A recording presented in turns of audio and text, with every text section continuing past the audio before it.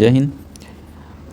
Part 1 में जो लाए थे भारतीय राज्य व्यवस्था, इंडियन पॉलिटिक, जिसमें भारत का संवैधानिक विकास पढ़े थे। तो इसमें देखिए यहाँ तक हम पढ़े थे पहले वीडियो में कि भारतीय संविधान की विधि निर्माण प्रक्रिया ब्रिटेन से, जबकि विधि द्वारा स्थापित प्रक्रिया कहाँ से लिया गया था, तो जापान से। आज हम पढ़ेंगे कि भारतीय संविधान के भाग और भारतीय संविधान के अनुसूची और भारतीय संविधान की विशेषताएं, ये 3 पढ़ेंगे आज, 3 चैप्टर। तो चलिए वीडियो में बने रहिएगा, जितना हो सके शेयर कर दीजिएगा। तो चलिए भारतीय संविधान के भाग पढ़ते हैं। आप इसको देखिएगा और समझिएगा, हम याद करा देंगे आपको। तो देखिए पहला में है भाग एक में क्या कहता है, तो भारत के संविधान का भाग 1 में कहता है कि भारत के संविधान का भाग 1 कहता है कि संघ और उसका राज्य क्षेत्र। 1 में वर्णित है कि संघ और उसका राज्य क्षेत्र, जो कहाँ से कहाँ अनुच्छेद है, 1 से लेकर 4 तक है, 1 से लेकर 4 तक वर्णित है, इसको याद रखिएगा। जो भाग में है, भाग 1 में है संघ और उसका राज्य क्षेत्र, संघ और राज्य भी बोलिएगा तो हो जाएगा संघ और राज्य क्षेत्र, तो 1 से 4 अनुच्छेद में जो भाग 1 में है। दूसरा है नागरिकता जो है, जो भाग 2 में है, भाग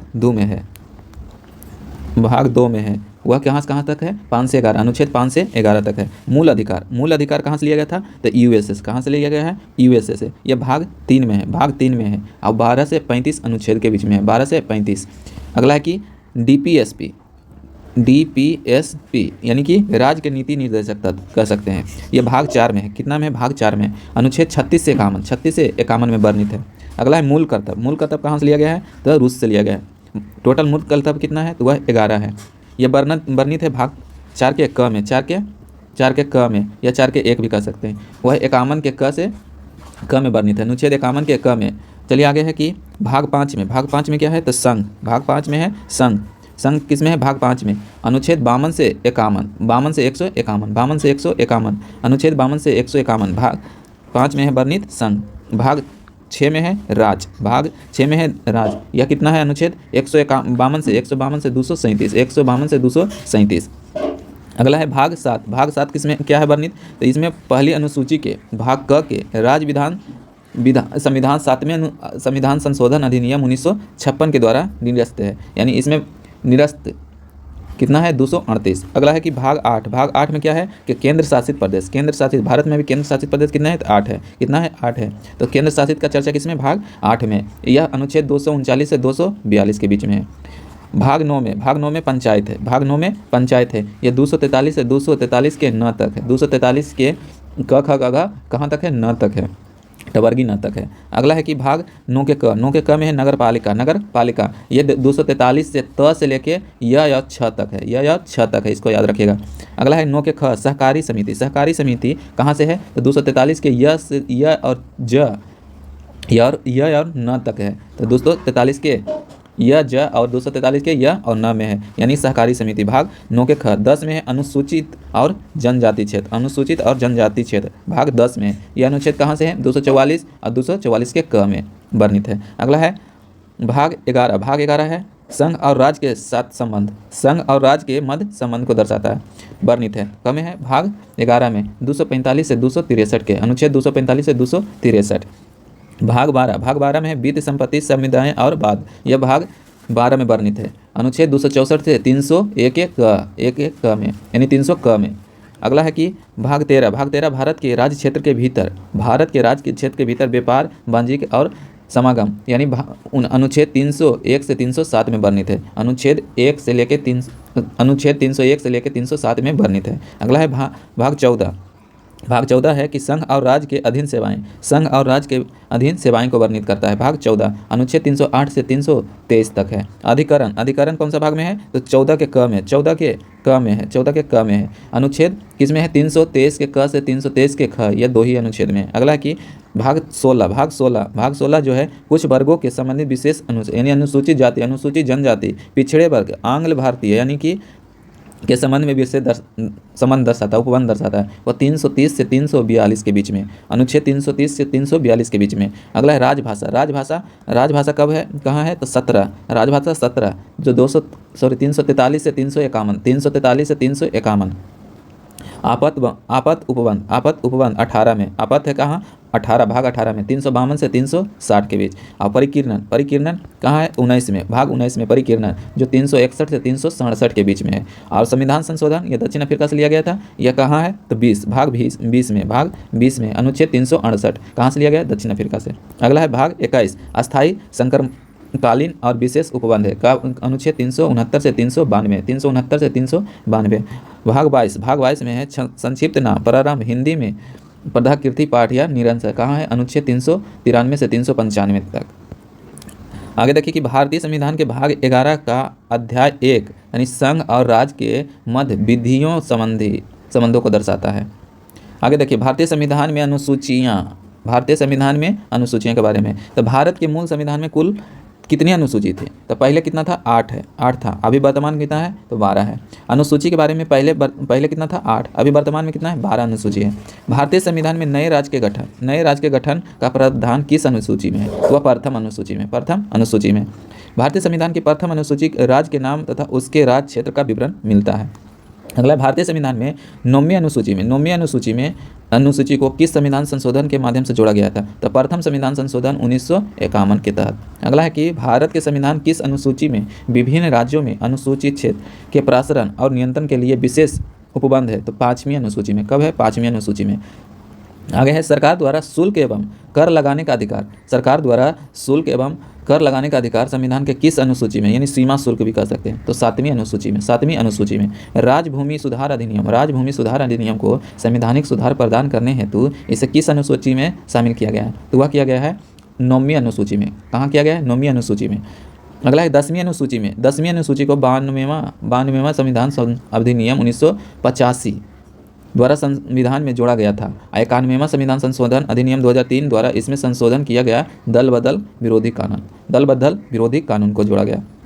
अगला है कि अंग्रेजी भारत में बोली जाने वाली एक प्रमुख भाषा है, परंतु इसे 8वीं अनुसूची में नहीं शामिल किया गया है।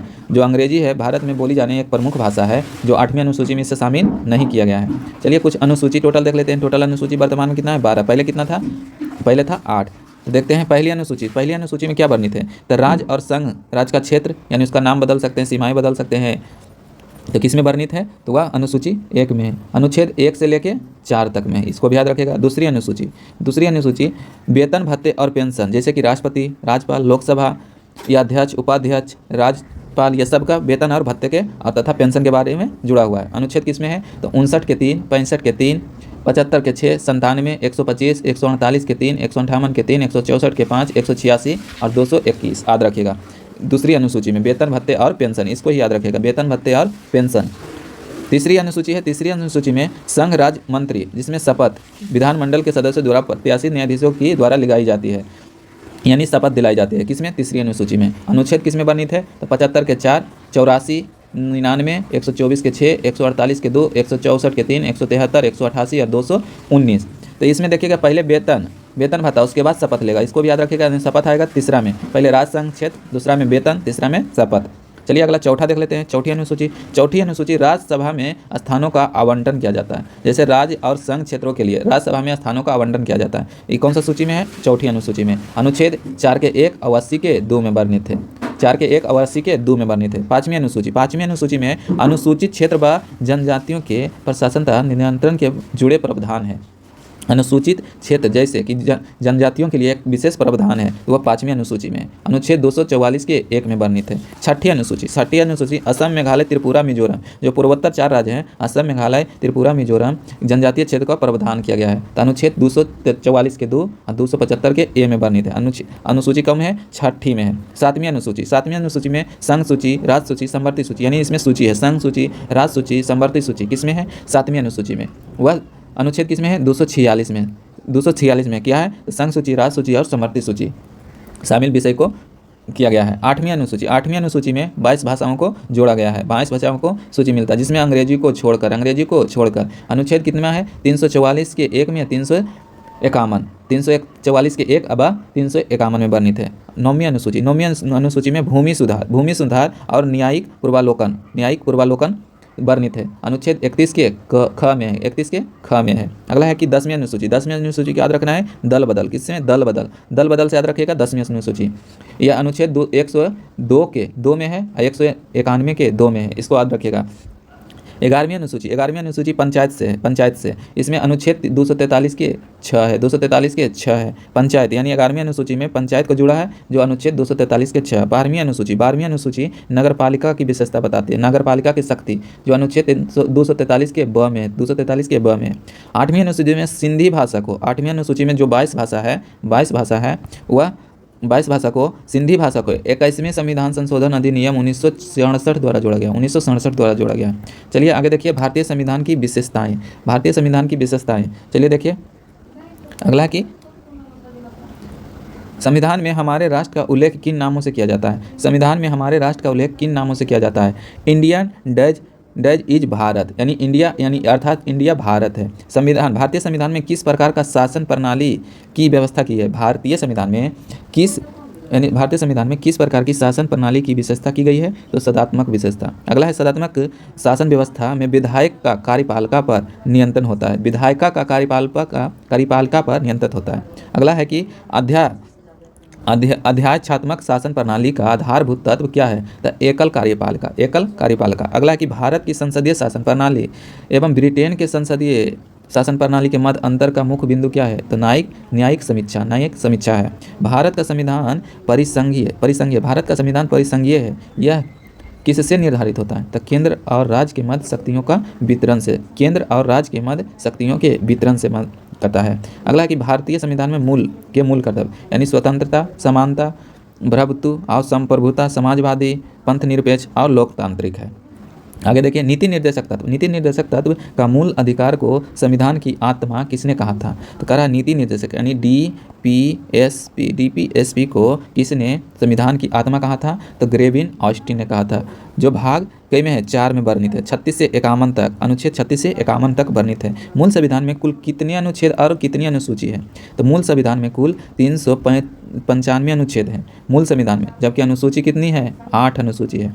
जो अब भाग कितना है, तो भाग 22 है, इसको भी याद रखिएगा, भाग 22 है जो कि मूल संविधान में। अभी वर्तमान में पूछेगा तो वर्तमान में भाग 25 हो गया, भाग 25 हो गया है, अनुसूची 12 हो गया है, जबकि अनुच्छेद 470 प्लस हो गया है। अगला है सर्वप्रथम कांग्रेस ने किस अधिवेशन में जनगण मन गाया था, तो वह गाया था कलकत्ता अधिवेशन वर्ष 1911, जो जॉर्ज पंचम आया था उसी के उपलक्ष्य में गाया गया था। कौन गाए थे, ये जनगण मन के रचयिता कौन है, तो RNT है, रविन्द्रनाथ टैगोर है। राष्ट्रगान के गायन का समय मानक कितना है, तो वह है 52 सेकेंड। अगर संक्षिप्त में पूछेगा तो वह होगा 20 सेकेंड। कितना होगा, 20 सेकेंड।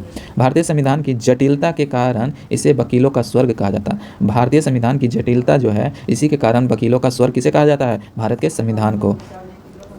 अगला है कि भारतीय संविधान अधिक कठोर है, अधिक लचीले के मध्य एक अच्छा संतुलन स्थापित करता है। यह कथन किसका है, केसी व्हीलर को कहा जाता है, केसी व्हीलर कहा थे। भारतीय संविधान का अत्यंत कठोर और असंत लचीला है, यानी कि अधिक कठोर भी है, अधिक लचीला भी है। अगला है कि भारत अर्ध संघात्मक राज्य है, यह किसने कहा था, तो केसी व्हीलर ने कहा था। अगला भारतीय संविधान के विरुद्ध होने का क्या कारण है, संघ राज्य का एकल संविधान होना। अगला है कि भारतीय राष्ट्रीयवादी अपनी राष्ट्रीयवादी प्रक्रिया भारतीय संविधान के निर्माताओं ने अल्पसंख्यकों के हित तथा भावनाओं के एक महत्व को कम करके आंका है। यह कथन किसका है, आइवर जेनिगस का कहना है। अगला है कि भारत में राजनीतिक सत्ता का प्रमुख कौन होता है, तो वह जनता होता है। सबसे प्रमुख कौन होता है, तो वह जनता होता है। कोई भी संविधान कितना भी अच्छा क्यों ना हो, यदि उसे क्रियात्मक करने वाले बुरे व्यक्ति हैं तो संविधान भी बुरा हो जाएगा। यह कथन किसका है, तो भीमराव अम्बेडकर का। भीमराव अम्बेडकर ने क्या बोले थे कि कोई भी संविधान कितना भी अच्छा क्यों ना हो, यदि उसे क्रियान्वयन यानी लागू करने वाला, इसे पालन करने वाला बुरे हो तो संविधान भी बुरा हो जाएगा। अगला है कि संविधान को संघात्मक के तंग ढांचे में नहीं ढाला गया है, यह कथन किसका है, तो भीमराव अम्बेडकर का। भारत की स्वतंत्रता के बाद भारतीय राष्ट्रीय कांग्रेस को एक राजनीतिक दल के रूप में भंग कर दिया जाना चाहिए, यह सुझाव किसका था, महात्मा गांधी का। कह रहे हैं कि भारत की स्वतंत्रता के बाद भारतीय राष्ट्रीय कांग्रेस को एक राजनीतिक दल के रूप में बंद कर देना चाहिए, खत्म कर देना चाहिए, यह सुझाव किसने दिया था, तो महात्मा गांधी ने। ये जितना भी क्वेश्चन है वेरी वेरी इंपॉर्टेंट है, इसको जरूर देखिए, याद रखिएगा कि अगला है कि भारतीय संघवाद को सहकारी संघवाद किसने कहा था, तो वह कहा था ग्रेनविल ऑस्टिन ने कहा था, क्योंकि भारतीय संघवाद को सहकारी संघवाद। अगला है कि अध्यक्षात्मक शासन प्रणाली में कार्यपालिका की समस्त शक्तियाँ किसमें निहित होती है? तो वह होता है राष्ट्रपति में। भारत का प्रथम नागरिक किसे कहा जाता है? तो राष्ट्रपति को कहा जाता है। मौलाना अबुल कलाम आज़ाद ने संविधान सभा में वयस्क मताधिकार को 15 वर्ष के लिए स्थगित करने की बात की थी। मौलाना अबुल कलाम आज़ाद ने संविधान की सभा में वयस्क मताधिकार को 15 वर्ष के लिए स्थगित करने की बात कही थी। अगला है कि भारतीय राष्ट्रीय पशु कौन सा है? ये तो सभी को पता है, बाघ है। भारत का राष्ट्रीय पुष्प कमल है। भारत का राष्ट्रीय पक्षी मोर है। भारत का राष्ट्रीय ध्वज के चक्र में कितनी तिल्ली हैं? तो 24 तिल्ली हैं। आगे देखिए कि एस.आर. बोम्बई बनाम भारत संघ 1994 में उच्चतम न्यायालय ने कहा कि भारतीय संविधान एक परिसंघात्मक संविधान है। कौन कहा था? एस.आर. बोम्बई बनाम भारत संघ बाद 1994 में। आइए देखिए समवर्ती सूची क्या है? समवर्ती सूची, समवर्ती सूची के प्रमुख विषय के बारे में देखते हैं। तो इसे देखिए, भारतीय संविधान के अंतर्गत सिविल प्रक्रिया संहिता किस सूची का विषय है? तो समवर्ती सूची। समवर्ती सूची संघ सूची और राज्य सूची किस में वर्णित है? तो वह किस में था? 7वीं में। यहाँ पर आपको हम पढ़ाए थे कि संघ सूची, राज्य सूची, समवर्ती सूची किस में वर्णित है? तो 7वीं अनुसूची में। तो इसी को पढ़ना है डिटेल से कि समवर्ती सूची के प्रमुख विषय क्या हैं। तो देखिए, भारतीय संविधान के अंतर्गत सिविल प्रक्रिया संहिता किस सूची का विषय है? तो समवर्ती सूची का। जनसंख्या नियंत्रण, परिवार नियोजन, आपराधिक मामले भारतीय संविधान की समवर्ती सूची में शामिल है यानी सम्मिलित है। शिक्षा किस सूची का है? तो शिक्षा समवर्ती सूची, यानी कि राज्य भी करेगा। समवर्ती सूची का मतलब होता है दोनों, राज्य और संघ, यानी कि केंद्र भी दोनों करेगा। तो कह रहा है सिविल प्रक्रिया संहिता, तो राज्य भी करेगा और संघ भी करेगा। जनसंख्या नियंत्रण केवल राज्य थोड़ी करेगा, देश भी करेगा। परिवार नियोजन, आपराधिक मामले, ये समवर्ती सूची में आता है। शिक्षा समवर्ती सूची में आता है, दोनों में करेगा। चलिए आगे है कि शिक्षा प्रारंभिक में राज्य सूची का विषय था तथा करा कि शिक्षा जो अब समवर्ती सूची में आया है, ये पहले कहाँ था? राज्य सूची में। इसे कब समवर्ती सूची में लाया गया? तो 42वां संविधान संशोधन 1976 समवर्ती सूची में शामिल किया गया है। अगला है भूमि सुधार किस सूची के अंतर्गत आता है? तो भूमि सुधार जो है राज्य सूची के अंतर्गत आता है। रेलवे पुलिस यह राज्य सूची के अंतर्गत आता है। हर एक राज्य अपना अपना रेलवे पुलिस रख सकता है। अगला है आर्थिक नियोजन समवर्ती सूची में आता है। किस में आता है? समवर्ती सूची में। कृषि का क्या आता है? राज्य सूची में। पंचायत राज किस सूची में आता है? तो राज्य सूची में। दंड प्रक्रिया भारतीय संविधान के 7वीं अनुसूची यानी सूची 3 में समवर्ती सूची में शामिल है। विवाह विच्छेद, गोद लेना यदि संविधान की समवर्ती सूची में किसके अंतर्गत शामिल किया गया? तो सूची 3 यानी समवर्ती सूची में। आप देखिए कि तीनों सूची संघ सूची क्या है?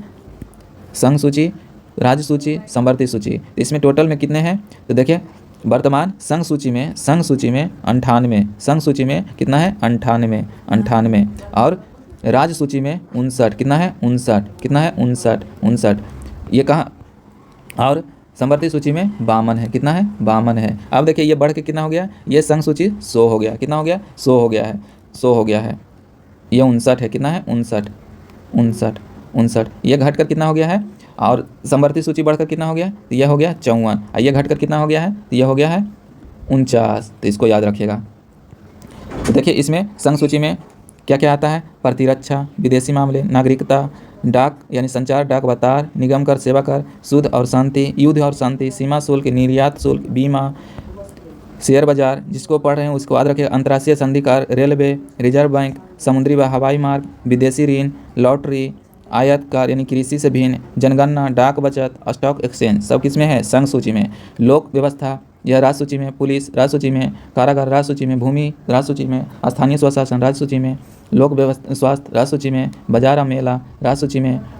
और सट्टा या जुआ राज्य सूची में। कृषि भूमि पर संपर्क शुल्क राज्य सूची में। पशुपालन या सिंचाई राज्य सूची में। कृषि आय कर राज्य सूची में। गैस, शराब, मनोरंजन, भू राजस्व लगान, विद्युत पर कर और टोल टैक्स, प्रति व्यक्ति कर, यह भी राज्य सूची में।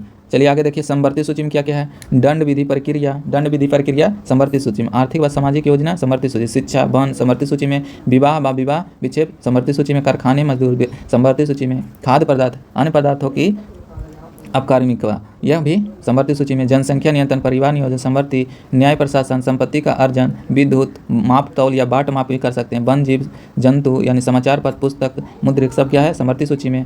और उत्तराधिकार समवर्ती में। विधि वृत्त, चिकित्सा वृत्तियाँ समवर्ती सूची में। कीमत नियंत्रण, जन्म मरण पंजीकरण किसमें है? तो सब किसमें? समवर्ती सूची में है। इसमें थोड़ा सा याद रखिएगा, जितना बड़ा होगा वो किस में होगा? संघ में। संघ बड़ा है, राज्य में छोटा होगा। जो दोनों मिलता जुलता रहेगा। जैसे शिक्षा राज्य में भी होगा और संघ में भी होगा। तो इस तरह से कुछ याद रखिएगा ताकि याद रखें रहे। तो ये आगे देखिए उद्देश्य का, जिसको प्रस्तावना कहते हैं। क्या कहते हैं? प्रस्तावना। प्रस्तावना तो भारत का प्रस्तावना में क्या है? तो प्रस्तावना सबको याद होगा, जैसे कि हम भारत के लोग भारत को एक संपूर्ण प्रभुत्व, समानता, समाजवादी, पंथ निरपेक्ष, लोकतांत्रिक गणराज्य बनाने के लिए तथा उसके समस्त नागरिक को सामाजिक, आर्थिक, राजनीतिक न्याय, विचार, अभिव्यक्ति, विश्वास, धर्म और उपासना की स्वतंत्रता, प्रतिष्ठा, अवसर की समानता प्राप्त करने के लिए तथा उन सब में व्यक्ति की गरिमा, राष्ट्र की एकता और अखंडता सुनिश्चित करने वाली बंधुता बढ़ाने के लिए दृढ़ संकल्प होकर अपनी इस संविधान सभा को आज तारीख 26 नवंबर 1949 ईस्वी मिति मार्ग शुल्क 7वीं संवत 2006 विक्रम को 71 का इस संविधान को अंगीकृत अधिनियमित और आत्मप्रदित करते हैं। इसको याद रखिएगा। अगला कि संविधान सभा में उद्देश्य का प्रस्ताव कब प्रस्तुत किया गया? तो वह किया गया 13 दिसंबर 1946 को। कौन किए थे? जे.एल. नेहरू ने। भारतीय संविधान का कौन सा भाग भारत को एक धर्मनिरपेक्ष राज्य के रूप में वर्णित करता है? तो संविधान की प्रस्तावना। अगला है कि भारतीय संविधान में प्रस्तावना में भारत को एक प्रभुत्व संपन्न समाजवादी धर्मनिरपेक्ष लोकतांत्रिक गणराज्य के रूप में घोषित करता है। अगला है कि सर्वोच्च न्यायालय द्वारा ऐसा किस बाद में कहा गया है कि अनुच्छेद 368 के अंतर्गत संविधान के प्रस्तावना में भी संशोधन किया जा सकता है, यह मूल ढांचे का उल्लंघन करने वाली नहीं होनी चाहिए। केशवानंद भारती विवाद 1973 में कहा गया था। क्या बोला था कि प्रस्तावना को भी क्या कर सकते हैं? संशोधन कर सकते हैं। केशवानंद भारती 1973 में। संविधान संबंधी विचार को उद्देश्य को के.एम. मुंशी ने राजनीतिक और जन्मपत्री यानी ठाकुर दास भार्गव ने संविधान की आत्मा कहा था। उद्देश्य को के.एम. मुंशी ने राजनीतिक जन्मपत्री कहा था। के.एम. मुंशी ने राजनीतिक जन्मपत्री कहा था, जबकि ठाकुर भार्गव दास ने संविधान को आत्मा किसने कहा था? तो वह ठाकुर दास भार्गव ने कहा था। एम.एन. पालकीबाला ने संविधान का परिचय पत्र कहा था। परिचय पत्र कौन कहे थे? तो N.A. पालकीबाला ने, जबकि राजनीतिक जन्मपत्री के.एम. मुंशी ने, जबकि संविधान की आत्मा किसने कहा था? ठाकुर दास भार्गव ने। अनुच्छेद 32 को संवैधानिक उपचारों का संविधान अधिकार किसने कहा था? डॉक्टर भीमराव अम्बेडकर संविधान का हृदय एवं आत्मा कहा था। किसको? अनुच्छेद 32 को। और अगला है कि सर अर्नेस्ट वॉकर ने प्रस्तावना को संविधान का परिचय पत्र कहा था। ये चारों याद रखिएगा, बार बार पूछता है। चलिए अगला है कि भारत के संदर्भ में पंथ निरपेक्ष शब्द का सही भाव क्या होगा? तो भारत के संदर्भ में पंथ निरपेक्ष शब्द का सही भाव, भारत में राज्य का कोई पंथ धर्म नहीं है, कोई भी पंथ या धर्म नहीं है। उद्देशिका में सम्मिलित समाजवादी, आर्थिक, राजनीतिक न्याय के तत्व किससे संबंधित है? तो 1917 के रूसी क्रांति से। उच्चतम न्यायालय के किस बाद में यह धारणा प्रस्तुत की गई कि उद्देशिका संविधान का अभिन्न अंग है? तो वह एस.आर. बम्बई बनाम यूनियन बैंक ऑफ इंडिया के द्वारा। अगला है कि सभी व्यक्ति पूर्णतः और समान रूप से मानव है, यह सिद्धांत कहलाता है सार्वभौमिकता का सिद्धांत। अगला भारत में मौलिक सार्वभौमिकता है, क्योंकि संविधान की प्रस्तावना आरंभ होती है हम भारत के लोग शब्द से शुरू होता है। अगला है कि लोक कल्याण शब्द भारत के संविधान की उद्देशिका में नहीं है, बल्कि यह राज्य के नीति निर्देशक तत्व का भाग है। अगला है कि किस संशोधन के द्वारा भारतीय संविधान का उद्देशिका में संविधान संशोधन किया गया था? तो 42वां संविधान संशोधन 1976 में। अगला है कि भारतीय संविधान की प्रस्तावना में जिन आदर्शों और उद्देश्यों की रूपरेखा दी गई है उसका विस्तार कहाँ है? तो मूल अधिकार, राज्य के नीति निर्देशक तत्व एवं मौलिक कर्तव्य। तो मूल अधिकार भाग 3 में है। किसमें? भाग 3 में। नीति निर्देशक तत्व भाग 4 में है, जबकि मौलिक कर्तव्य भाग 4 के क में है। मूल अधिकार कहाँ से लिया गया था? यूएसए से। कहाँ से? यूएसए से। राज्य के नीति निर्देशक तत्व आयरलैंड से, जबकि मूल कर्तव्य रूस से लिया गया है। अगला है कि राज्य का सबसे महत्वपूर्ण तत्व क्या है? तो संप्रभुता, समाजवादी, अखंडता तथा पंथ निरपेक्ष शब्द संविधान की प्रस्तावना में संशोधन यानी किस संशोधन द्वारा शामिल किया गया? तो वह 42वां संविधान संशोधन 1976 के द्वारा। क्या क्या जोड़ा गया था? समाजवादी, अखंडता, पंथ निरपेक्ष, ये 3 शब्द को जोड़ा गया था। अगला है उद्देशिका को राजनीतिक जन्मपत्री किसने कहा था, यानी किसने संज्ञा दी थी? तो के.एम. मुंशी ने। अगला है प्रस्तावना संविधान का अंग नहीं है, उच्चतम न्यायालय ने यह मत किस बाद में व्यक्त किया था? तो बेरुवारी बनाम संघ मामले में, जो 1960 में आया था। अगला है संविधान निर्माण में महत्वपूर्ण भूमिका निभाने वाले संविधान सभा के सदस्य सर आदिल कृष्णा स्वामी अय्यर के अनुसार संविधान की प्रस्तावना हमारे दीर्घकालिक सपनों का एक विचार है। अगला है कि गोलकनाथ बनाम पंजाब राज्य के मामले में न्यायमूर्ति एस हिदायतुल्ला ने उद्देशिका को संविधान का मूल आत्मा कहा था। गोलकनाथ बनाम पंजाब के मामले में न्यायमूर्ति एस हिदायतुल्ला ने उद्देशिका को प्रस्तावना यानी संविधान के आत्मा के रूप में कहा था। तो अगला वीडियो में हम देखेंगे संघ और राज्य क्षेत्र।